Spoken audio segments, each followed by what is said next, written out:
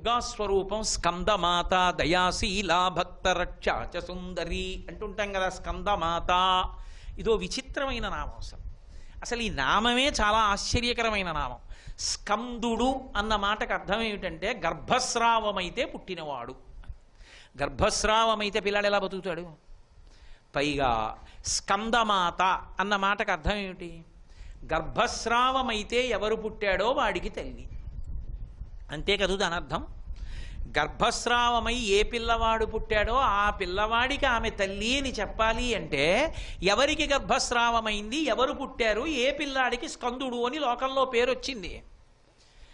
అంటే ఒకానొకప్పుడు పరమశివుని యొక్క తేజస్సు స్ఖలనమైతే ఆ తేజస్సుని ఎవ్వరూ పట్టుకోలేకపోతే భూమి స్వీకరిస్తే, స్వీకరించినందుకు పార్వతీదేవి శపిస్తే, భూమి స్వీకరించినటువంటి పరమశివుని యొక్క తేజస్సు అగ్నిహోత్రుడు తనలో నిక్షిప్తం చేసుకుని ఉంచుకుంటే తరువాతి కాలంలో తారకాసుర సంహారం కోసమని సుబ్రహ్మణ్యేశ్వర స్వామి అవతరించవలసినటువంటి అవసరం ఏర్పడితే పార్వతీ పరమేశ్వరుల యొక్క పుత్రుడిగా సుబ్రహ్మణ్యుడు పుట్టాలి కనుక అగ్నిహోత్రుడి యందు పరమశివుని యొక్క తేజస్సుంది కనుక బ్రహ్మగారు పిలిచి, అగ్నిహోత్రుడా నీలో ఉన్న పరమశివుని తేజస్సుని గంగమ్మ యందు విడిచిపెట్టు.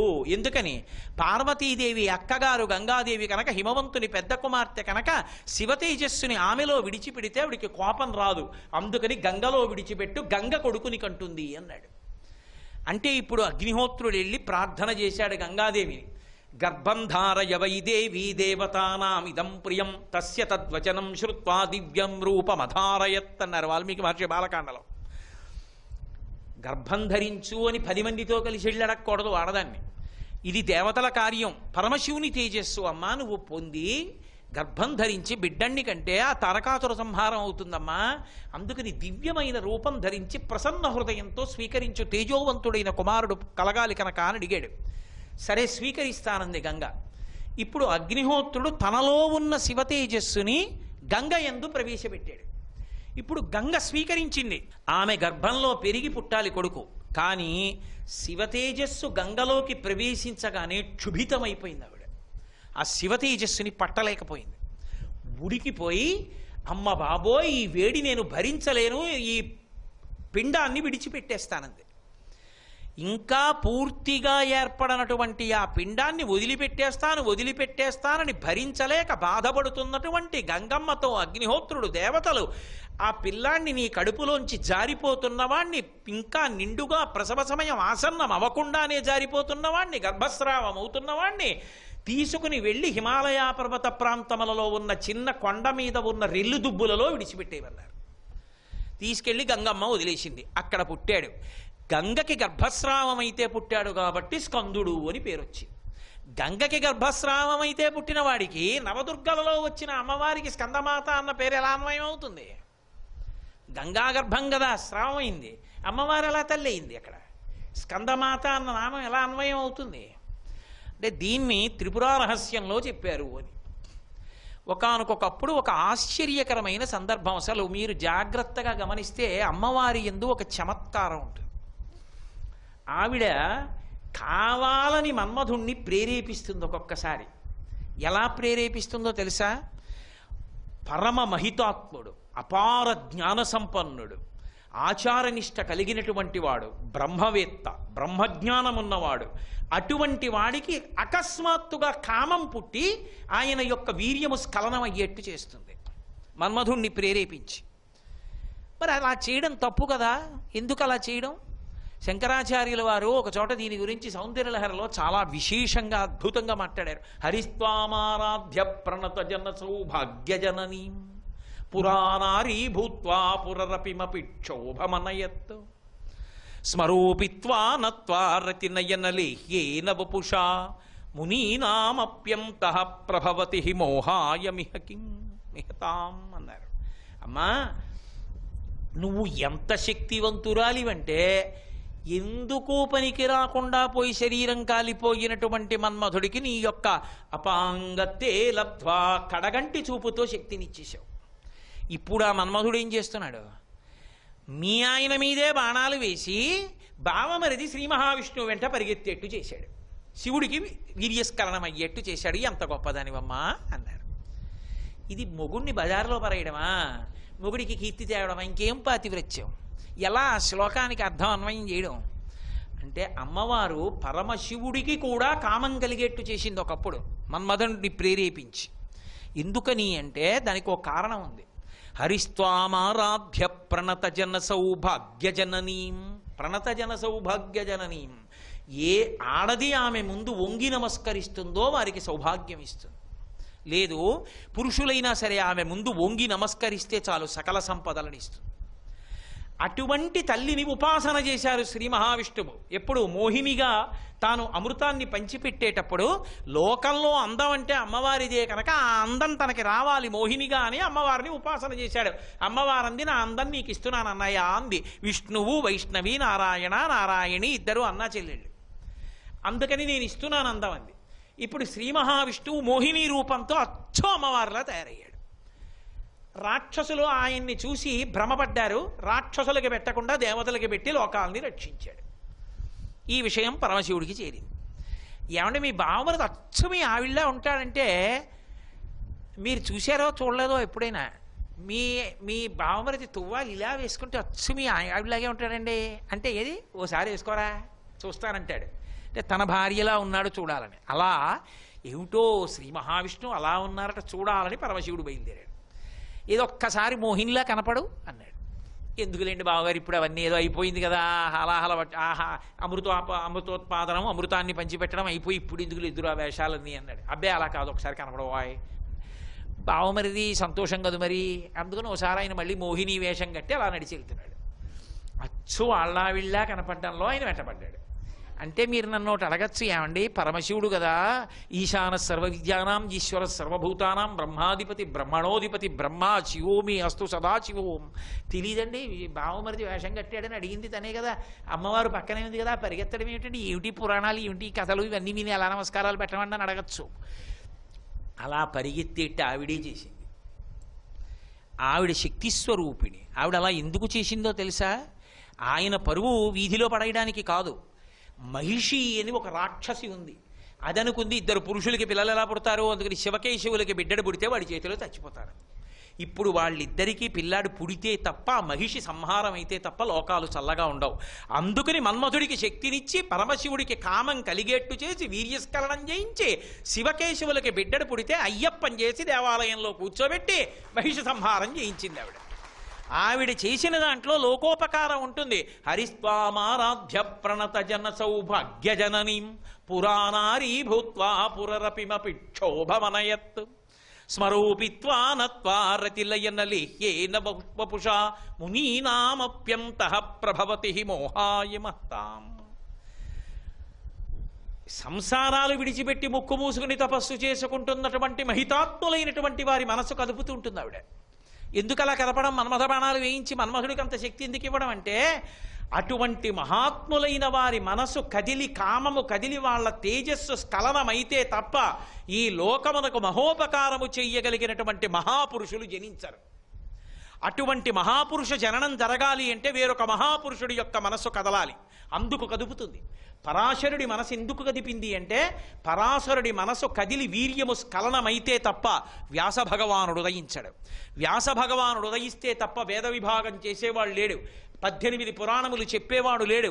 అందుకు పరాశర మహర్షి యొక్క మనసు కదిపేటటువంటి శక్తి అనుగ్రహించింది తప్ప ఆమెకు అదే పని కాదు. ఆమె అలా ధూర్త చేష్టితములు చేసేటటువంటి తల్లి కాదు.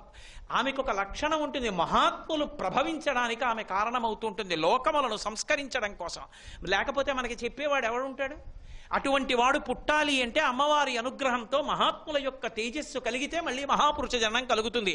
అందుకే తెలిసి తెలియక మహాత్ముల జననమును ప్రశ్న చెయ్యవద్దు అని చెప్తారు. నీకు తెలియకపోతే నమస్కారం పెట్టి వదిలిపెట్టి, అంతేకాని అలాంటి వాటి జోలికి వెళ్ళవద్దని చెప్తారు. ఒకానొకప్పుడు సనత్కుమారుల వారికి ఓ కల వచ్చింది. సనత్కుమారుల వారు నిరంతరము బ్రహ్మస్థితిలో ఉంటారు. వారు బ్రహ్మమానస పుత్రులు, సనక సనందనాథుల్లో ఒకరు. అటువంటి వారికి కల వచ్చింది. ఆ కలలో ఆయన దేవతాపక్షానికి నాయకత్వం వహించి రాక్షసుల మీద యుద్ధం చేసి రాక్షసుల్ని చంపినట్టు కలొచ్చింది. అసలు దేనితోనూ సంగం లేకుండా ఎప్పుడూ నేను బ్రహ్మమును గురించి ఆలోచిస్తూ బ్రహ్మముగా ఉండేటటువంటి వాణ్ణి నాకేమిటి ఇలాంటి ఆలోచన వచ్చింది దేవతలని రాక్షసులని ఆయన ఆశ్చర్యపోయి తండ్రి బ్రహ్మగారి దగ్గరికి వెళ్ళాడు. వెళ్ళి బ్రహ్మగారిని అడిగాడు, నాన్నగారు నాకు ఇలాంటి కళ ఎందుకు వచ్చింది అన్నాడు. అంటే బ్రహ్మగారు అన్నారు, రేయ్ నువ్వు కిందటి జన్మలో ఉండగా వేదాభ్యాసం చేస్తున్నప్పుడు బ్రహ్మచారిగా ఉన్న రోజుల్లో వేదంలో రాక్షస యుద్ధాల గురించి చదివి ఎప్పటికైనా దేవతల పక్షానికి నాయకత్వం వహించి రాక్షస సంహారం చెయ్యాలనేటటువంటి కోరిక ఒకటి నీ మనసులో ప్రవేశించి వాసనాబలంగా ఉండిపోయింది. అందుకు కలొచ్చింది. ఇప్పుడు ఆ వాసన క్షయమైపోవాలంటే ఆ కోరిక తీరిపోవాలి. ఇంతటి మహానుభావుడు ఈయన కోరిక తీర్చాలి అని పరమశివుడు బయలుదేరి పార్వతీ పరమేశ్వరులు ఆకాశ మార్గంలో వచ్చి సనత్కుమారుల వారి దగ్గరికి వచ్చి ప్రత్యక్షమయ్యారు. ఆయన ఎప్పుడూ ఆ బ్రహ్మమును తలుచుకుంటూ ఉంటాడు. ఆయనకి ఒకటి ఎక్కువ ఒకటి తక్కువ ఇలా ఏముండవు, అన్నీ బ్రహ్మమే. ఏదో రమణ మహర్షి ఆశ్రమంలో కూర్చుంటే చంద్రశేఖరేంద్ర సరస్వతి మహాస్వామి గిరి ప్రదక్షిణానికి వెళ్ళారు. వెడితే ఆ శిష్యులందరూ బయటికి వచ్చి చూసి లోపలికి వెళ్ళి, అయ్యో మీరు బయటికి రాలేదేం, మహాస్వామి వారు ప్రదక్షిణానికి ఇట్నుంచే వెళ్ళారు, మీరు వచ్చి చూడలేదేమి అని అడిగారు. అంటే రమణ మహర్షి తలెత్తన్నారు, చంద్రశేఖరేంద్ర సరస్వతి అని ఒకరు, రమణులని ఒకరు, రెండున్నాయా అన్నారు. ఆయనకి ఎప్పుడూ ఉన్నది ఒక్కటే, ఒక్క పదార్థమునందే రమిస్తూ ఉంటారు ఆయన. అందుకని ఆయనకి రెండు లేవు. అలాగే సనత్కుమారాచార్యుల వారు సంతోషంతో తనలో తాను రమిస్తూ బ్రహ్మమునందున్నారు. ఇంకా ఆయనకి పరమశివుడు ఇంకోటి ఇలా ఏం ఉండవు. ఆయన ఇలా చూసి ఊరుకుని తన పనిలో తానున్నారు. కాసేపు నించుని పరమశివుడు అన్నాడు, ఏమో నేను లోకాలకు తండ్రిని, వచ్చి నిలబడితే పలకరించవా, అర్ఘ్యపాద్యాదులు ఇవ్వవా, ఏ అంత గర్వమా జ్ఞానినని అన్నారు. అంటే నాకు మళ్ళీ పరమశివుడు లోకాలకు తండ్రి ఎక్కువవాడు వీడు తక్కువవాడు రెండు ఇలా ద్వంద్వాలు నాకు తెలియవు, నాకు తెలిసిన్నది ఒక్కటే, అంతా బ్రహ్మమే, అందుకు ఊరుకున్నానన్నాడు. ఓహో అలాగా, అయితే నీకేమైనా వరం ఇస్తాను పుచ్చుకో అన్నాడు. లోపల పొంగిపోయి ఇంతటి మహాజ్ఞాని అని. ఆయన అన్నారు, ఇప్పుడే కదా చెప్పాను ద్వంద్వాలు లేవు, ఉన్నది బ్రహ్మమేనని, ఇంకా మళ్ళీ నాకు కోరిక ఏమిటి, నాకేం వరాలు అక్కర్లేదు ఏమీ అక్కర్లేదు అన్నారు. అయితే నిన్ను శపిస్తానన్నాడు పరమశివుడు. అంటే ఆయన అన్నాడు, శపిస్తే దేనికి శపిస్తావు, శరీరానికి శపిస్తావు, ఆత్మకి శాపం లేదుగా, శపిస్తే శపించు, నాకేం బెంగలేదు దాని గురించి అన్నాడు. అంటే సంతోషపడిపోయాడు శంకరుడు, ఏమి మహాజ్ఞానిరా, ఏమి మహానుభావుడు, బ్రహ్మతత్వాన్ని అనుభవించాడు రా అని. ఆయన అంత సంతోషపడిపోతుంటే పార్వతీదేవి ఆనందంతో పరవశమైపోయింది. ఎంతటి జ్ఞాని, ఇలాంటి వాడికి తల్లి కావాలనుకుంది. ఆయన అలా నిలబడితే సనత్కుమారుల వారు అన్నారు, పరమశివుడి వెంక తిరిగి నీకేమైనా కావాలంటే చెప్పు వరమిస్తానన్నారు. వెంటనే పరమశివుడు అన్నాడు, నాకు కొడుకువు కా అన్నాడు. ఈయన ఇలా అమ్మవారి వంక చూసి ఓ నవ్వు నవ్వి ఆయన వంక చూసి నీకే కొడుకునవుతానన్నాడు. ఆవిడకు అనుమానం వచ్చింది, అంటే నీకే కొడుకునవుతానంటావేమిటి, మాకే కొడుకు అవ్వాలండి. ఆయన అన్నాడు, అమ్మ నువ్వు అడగలేదు నేను ఇవ్వలేదు, అడగని వాళ్ళకి ఇవ్వకూడదు, అది ధర్మం, అందుకని నువ్వు అడగలేదు కనుక నీకు కొడుకుని కాను, ఆయనకే కొడుకునవుతాను. ఆవిడంది, లోకంలో ఓ ధర్మం ఉంది, పతి అడిగితే పత్ని అడిగినట్టే, పత్ని అడిగితే పతి అడిగినట్టే, అందుకని ఇద్దరం కాదు దంపతులం ఒక్కటే, ఆయన అడిగితే నేను అడిగినట్టే, ఇద్దరికీ కొడుగ్గా రావాలి కానీ ఒకడికి కొడుగ్గా అలా వస్తాం. అమ్మా ఏమీ అనుకోకు, కానీ నువ్వు ఎంత జగన్మాతవైనా ఎంత లోకరక్షణ కర్తృత్వం ఉన్నదానివైనా అమ్మా ఒక స్త్రీ కడుపులో అధోముఖంగా పడుకొని యోని సంభవుణ్ణి కాలేనమ్మా, నేను శివుడికి కొడుకుగా వస్తానన్నాడు. ఆవిడ చాలా బాధపడిపోయింది, ఇంతటి మహాజ్ఞాని నాకు కొడుకు కాకపోతే ఎలా అని ఆవిడ ఒక కోరిక కోరింది. సరే నా కడుపులో పెరగకపోయినా నువ్వు నాకే కొడుకువి కావాలి, అందుకే ఏం చేస్తావో తెలుసా, నువ్వు పుట్టినప్పుడు ఒకానొకప్పుడు కైలాస పర్వతం మీద భస్మాసురుడు తపస్సు చేస్తే నా భర్త అయినటువంటి శంకరుడు అనుగ్రహించి భస్మాసురుడు దేని మీద చెయ్యి పెడితే అది భస్మమైపోయేటట్టుగా అనుగ్రహించాడు. శంకరుడు తల మీదే చెయ్యి పెడతానని భస్మాసురుడు బయలుదేరితే అంతర్ధానం అయిపోయాడు. ఆమె ఆదిశక్తి అయినా భర్తని అనుగమిస్తుంది పతివ్రతగా, తాను ఆయన్ని చంపకూడదు కనుక తాను కనపడకుండా తాను అంతర్ధానమైంది. అంతర్ధానం అయిపోయేటప్పుడు తన శరీరాన్ని ఒక నీటి కుండంగా మార్చి తటాకంగా మార్చింది. దాన్ని శరవణ తటాకం అంటారు, కైలాస పర్వతం పాదాల దగ్గర ఉంది అది. కాబట్టి నువ్వు నా శరీరంలోంచి రాను అంటే ఒక పని చేయి, నువ్వు పుట్టేటప్పుడు ఆ శరవణ తటాకంలోంచి బయటికి రా, నీకు శరవణ భవ అని పేరు, నీ మంత్రం కూడా అంతే షడక్షరి, అందుకని శరవణ భవుడివిక అంది. అమ్మా అలాగే వస్తానమ్మా అయితే అన్నారు. అందుకే గంగకి గర్భస్రావం అయితే ఆయన పుట్టింది ఎక్కడి నుంచి అంటే శరవణ తటాకంలోంచి బయటికి వచ్చాడు. అందుకే అమ్మ చేతి శూలం తాను పట్టుకుని అచ్చు అమ్మలాగే ముద్దులు మూట కడుతూ కూర్చుంటాడు. అందుకని స్కందమాత. ఇప్పుడు ఆవిడ స్కందుడికి తల్లే కదూ, శరవణ భవ కదూ. అందుకని అమ్మవారి కోరిక, లోకంలో అందరి కోరికలు తీర్చే అమ్మవారికి కోరిక ఏమిటంటే మహాజ్ఞానికి తల్లి కావాలని కోరుకుంటుంది. ఆవిడ కోరుకునే కోరిక ఏమిటంటే మహాజ్ఞాని. ఎక్కడ జ్ఞాని అంటే పుస్తకాలు చదువుకున్నవాడును యూనివర్సిటీల్లో పనిచేసేవాళ్ళు అని కాదు నా ఉద్దేశం. వాళ్ళకి ఆచార్య ఎలా ఉంటుందో నాకు తెలియదు కూడా. నేను చదువుకున్న వేదాంతంలో ఆచార్య అంటే వేదాంతమును ఆచరించేవాడు. నేను ఎవరిని తక్కువ చేయాలని ఈ మాట అంటలేదు. ఆచార్య అన్వయం నాకు తెలియలేదని చెప్పానంతే.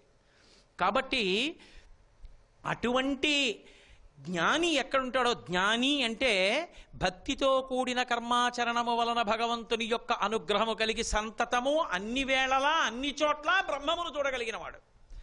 అటువంటి జ్ఞానికి తల్లి కావాలని కోరుకునేటటువంటి స్వరూపమున్నది, అటువంటి మాతృత్వం ఉన్నది. కనుక సనత్కుమారాచార్యుల వారు సుబ్రహ్మణ్యుడిగా వస్తే సుబ్రహ్మణ్యుడు గంగాగర్భం నుండి స్రావమైతే స్కందుడైతే స్కందుడికి తల్లి అయింది కాబట్టి ఆమె స్కందమాత.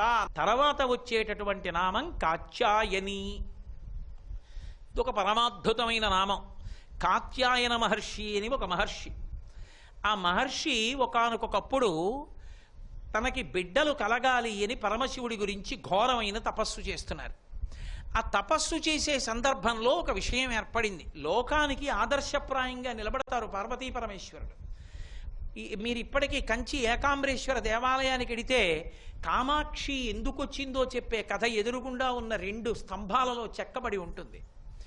ఒకప్పుడు కైలాస పర్వతం మీద పరమశివుడు కూర్చునుంటే ప్రణయ వినోదంగా ఏదో భర్తతో ఆట ఆడుకోవడానికి పార్వతీదేవి వెనక నుండి వచ్చి ఆయన 2 కన్నులు మూసింది.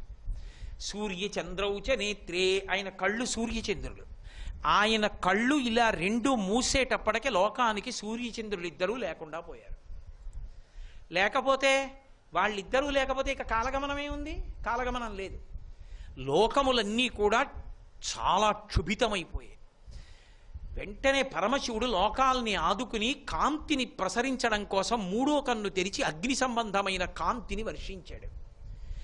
ఆమె 2 చేతులు తీసి భర్త వంక చూసింది. ఆమె సర్వజ్ఞ, ఆమె తెలియనిది ఏం కాదు.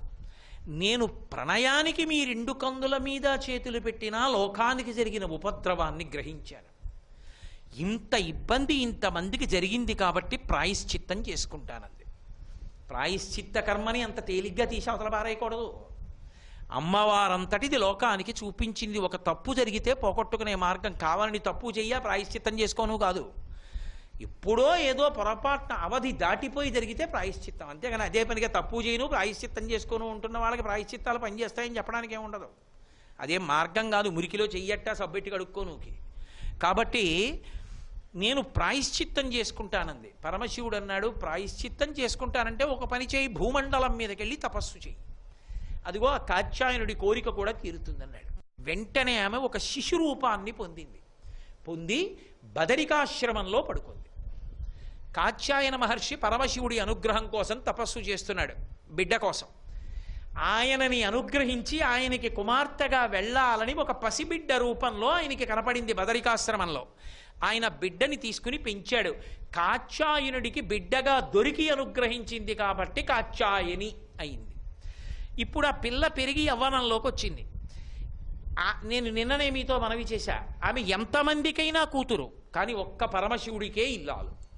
అందుకే కాత్యాయని మహర్షి అన్నారు, నువ్వు యవ్వనంలోకి ప్రవేశించావు, నీ భర్తని తెలుసుకోగలిగిన సమర్థత నీదే. అందుకని తపస్సు ఇక్కడ మాని పరమశివుణ్ణి భర్తగా పొందడానికి ఎక్కడ తపస్సు చేస్తే సిద్ధిస్తుందో ఆ ప్రదేశం సత్యవ్రత క్షేత్రం, అంటే కాంచీపురం. దక్షిణాన ఉన్న ఏకైక మోక్షపురి. అయోధ్య మధురా మాయా కాశీ కాంచీ అవంతికా పురి ద్వారవతీ చైవా సప్తైతే మోక్షదాయక అని. అందుకని దక్షిణాన ఉన్న ఏకైక మోక్షపురి కాబట్టి సత్యవ్రత క్షేత్రం అని పేరు. నువ్వు కాంచీపురంలోకి వెళ్ళిపోయావని గుర్తేమిటంటే నీకు కొన్ని వస్తువులు ఇస్తాను. ఒక గొడుగు, ఒక వింజామర, ఒక విషినికర్ర, గంగతీర్థం, గంగ ఒడ్డున ఉన్న ఇసక, ఒక యోగదండం, ఓ పుస్తకం, వేయించిన పెసలు ఇలాంటి వస్తువులు ఇస్తాను. ఈ వస్తువులన్నీ మార్పు చెందుతాయి. కాంచీపురంలోకి వెడితే నీ దగ్గరున్నటువంటి కుంభం యోగదండంగా మారిపోతుంది, యోగదండం త్రిశూలంగా మారిపోతుంది, ఇసుక బిల్వదళాలుగా మారిపోతుంది. ఇలా వస్తువులు ఎక్కడ మారతాయో అది కాంచీపురం అని గుర్తించు అన్నాడు. అమ్మవారికి తెలియక లౌకికంగా తండ్రి ఆజ్ఞ పాలిస్తుంది లోకానికి ధర్మం నేర్పడానికి. ఆమె కాంచీపురం వచ్చింది. వచ్చి తపస్సులో కూర్చుని తపస్సు చేస్తోంది. పరమశివుడి కోసం తపస్సు చేస్తుంటే పరమశివుడు ఎప్పుడూ ఆవిడ పాతివ్రత్యాన్ని లోకానికి చెప్తుంటాడు. అది పరీక్ష, అంతేగాని ఆయన భార్యను ఆయన పరీక్షలు పెట్టడం.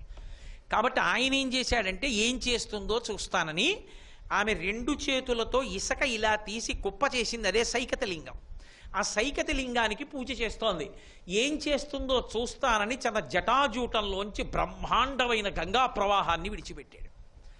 ఆమె తన పక్కనే ఉన్నటువంటి దుర్గాస్వరూపాన్ని పిలిచి, అదిగో అంత పెద్ద ప్రవాహం వచ్చేస్తోంది, ఆ ప్రవాహాన్ని ఆపు చేయమంది. జలప్రళయబంధిని అన్న పేరుతో దుర్గామాత తన దగ్గర ఉన్నటువంటి ఒక కపాలంలోకి మొత్తం గంగనంతటిని పట్టేసింది. పరమశివుడు చూశాడు. ఓహో, తన దగ్గర ఉన్నటువంటి చెలికత్తె సహాయంతో ప్రవాహాన్ని ఆపింది, చూస్తానేం చేస్తుందో అని భూమి ఆకాశాలు ఏకమైపోయేంత ప్రవాహం పంపాడు. ఆవిడ వెంటనే తన అన్నగారైన శ్రీ మహావిష్ణువుని ప్రార్థించింది. అన్నయ్య అన్నయ్య, మీ బావగారు ఇంత పని చేస్తున్నారు, ఇంత ప్రవాహం వచ్చేస్తోంది, శివలింగం కొట్టుకుపోతుందేమో అంది. అంటే ఆయన అన్నాడు, ప్రవాహం వస్తోంది నువ్వు కొట్టుకుపోతున్నావని కాదు నీ బెంగ, శివలింగం కొట్టుకుపోతుందని. ఆ భక్తి ఆవిష్కరించమ్మా, బావగారు పరవశలవుతారు అన్నాడు. అనగానే ఆవిడ గబగబా వంగి శివలింగాన్ని కౌగిలించుకుంది. ఉమాలింగన సంక్రాంత కుచకంకణముద్రితం లింగమేకాం రనాథస్యాసైకతం సముపాస్మహే. అందుకే ఇప్పటికీ ఏకాంబరేశ్వర శివలింగం మీద పార్వతీదేవి యొక్క కుచుముల ముద్రలు, ఆవిడ చేతి కంకణముల ముద్రలు ఉంటాయి. నీటితో అభిషేకం చెయ్యకూడదు కాబట్టే ఇప్పటికీ మల్లె నూనెతో అభిషేకం చేస్తుంటారు ఏకాంబరేశ్వర లింగానికి. పౌరైగూళ్ళ కనపడుతుంది చూడ్డానికి. అటువంటి శివలింగాన్ని కౌగిలించుకుంటే పరమశివుడు ఆమె యొక్క భక్తిని చూసి పరవశించిపోయాడు. తాను ఏ చిన్న దోషం చేసిందో ఆ దోషానికి ప్రాయశ్చిత్తం అయిపోయింది పతిభక్తి చేత. ఇప్పుడు ఆయన గభాలన అవతరించాడు. వచ్చేస్తోంది గంగ. మరి ఆయన వదిలిపెట్టిన గంగేగా. కాలెత్తి ఒక్క దన్ను తన్నాడు.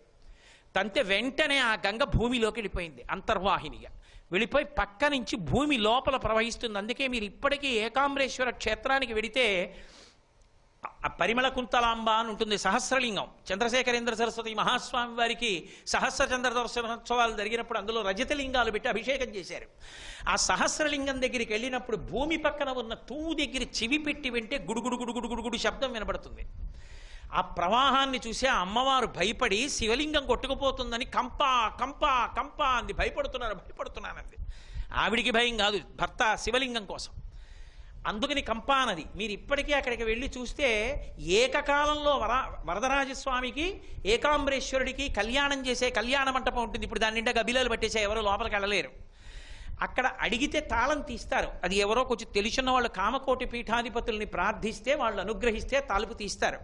తలుపు తీసి లోపలికి వెళ్ళి చూస్తే ఇప్పటికీ మీకు ఒక పెద్ద కుండంలా కనపడుతుంది. అంతర్వాహిని భూమి లోపల నూతిలా పెడుతూ ఉంటుంది. అదే కంపానది. శివుడు కాలుతో తంతే వెళ్ళింది. ఆ కళ్యాణ మంటపం పక్కన ఉన్నటువంటి తలుపులోంచి బయటికి ఎడితే కనపడుతుంది కంపానది. అక్కడే ఢమరుక మోగించే విఘ్నేశ్వరుడు ఉంటాడు.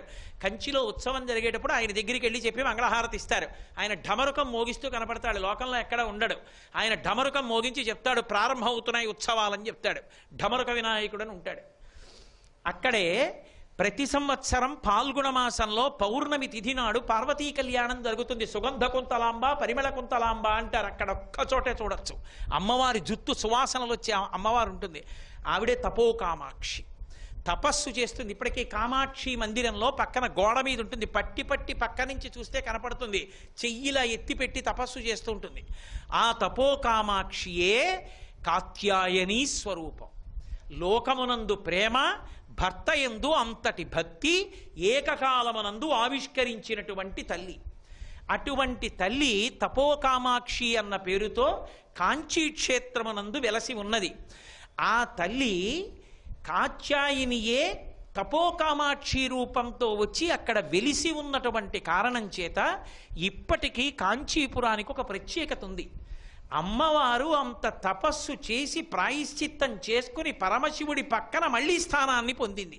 అందుకే మీరు ఇప్పటికీ చూస్తే ఏకాంబరేశ్వర క్షేత్రం వెనక్కి వెళ్ళి చూసినప్పుడు ఆ మామిడి చెట్టు కింద పార్వతీ పరమేశ్వరులు ఇద్దరు కూర్చుని ఉంటారు, పెళ్లి కొడుకు పెళ్లి కూతురుగా. ఒళ్ళో సుబ్రహ్మణ్యుడు కూడా ఉంటారు. ఆ కిందనే వ్యాఘ్రపాదుడు పతంజలి ఉంటారు. అది కొంచెం బట్ట పైకెత్తి చూపించమంటే ఆ గోడ దగ్గర చూపిస్తారు. వ్యాఘ్రపాదుడు పతంజలి ఉంటారు. మళ్ళీ తన చెల్లెలు బావగారు కలుసుకుంటే సంతోషంగా చూస్తూ ఉంటారు ఎదురుగుండా గోడ మీద శ్రీ మహావిష్ణువు. శివకేశవుల మధ్య భేదం లేదని చెప్పడానికి ప్రబలతార్కాణమైన క్షేత్రము కాంచీపురం. అంత గొప్పగా ఉంటుంది అక్కడ. ఇద్దరు పెళ్లి కొడుకు పెళ్లి కూతురై ఏకపీఠం మీద కూర్చుని ఉంటారు.